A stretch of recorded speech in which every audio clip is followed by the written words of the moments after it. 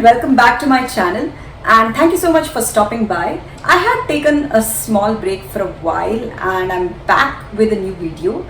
The reason was I was changing employers and I was a bit caught up, and it's summer, so I was just out with my family and friends. So with changing employers, I had a few new learnings when it comes to your salary structure, your taxes, your income. So I thought of making this video to share my new learnings with you.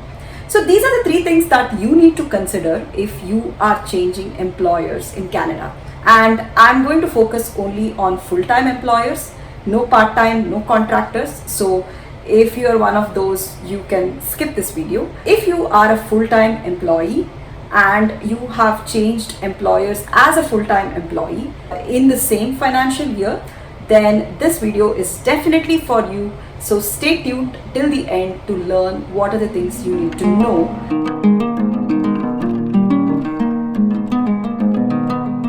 So the first thing that you need to consider is that CPP and EI are going to be deducted from zero by your new employer.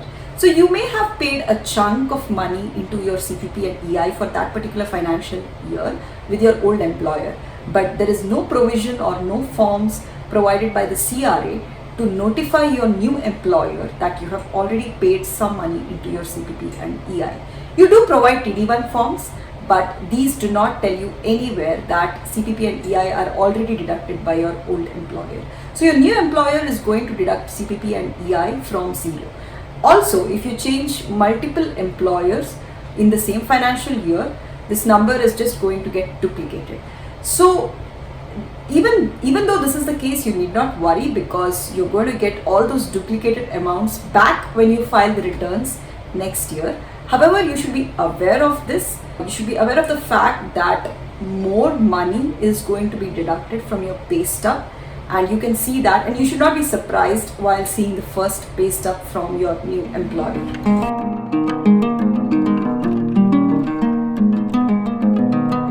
The second thing that you need to know and be aware of is about your retirement accounts, if you have any, with your previous employer. So every employer have their own profit sharing plans. You're lucky if you have profit sharing plans. Even if you don't, some employers would just be providing you the flexibility of a group retirement account so that you can avail the benefits of low MERs or low expense ratios for your retirement funds.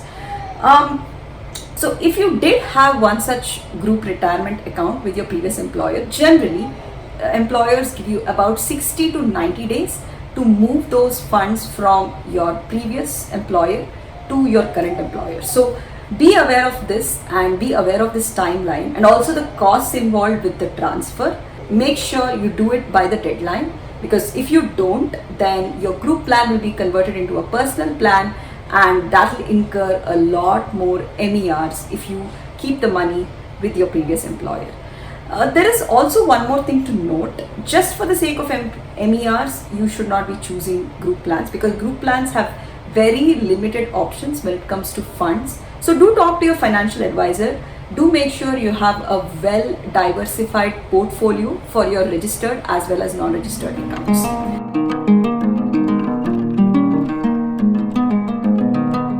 Now coming to the third thing that you need to do, be aware of, and also an action that you need to take, is basically making sure that your benefits have all the correct nominees and beneficiaries. When I say benefits, this could be your medical benefits, which you anyway will be careful about, but also about your life insurance benefits, your disability insurance benefits, your accident and dismemberment insurance benefits. So if your employer is providing any of these, make sure you fill in all of these details within 2 weeks of joining your new employer.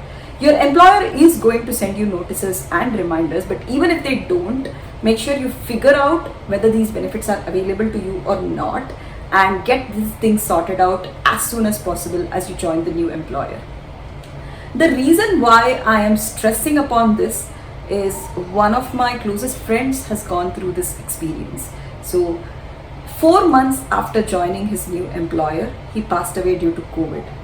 Now, as shocking as this is, what made the most difference was he had written down these things, he had taken care of these things before his death, which made the process later on easier for his family.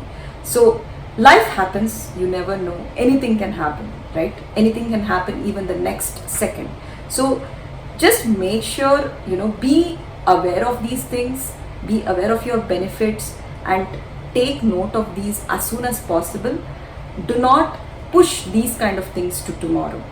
These are important for you and for your family.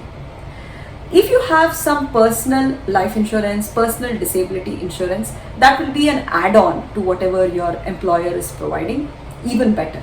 But whatever your employer is providing, that would be the bare minimum, and make sure you fill it out completely, keep that handy, and have it all up to date.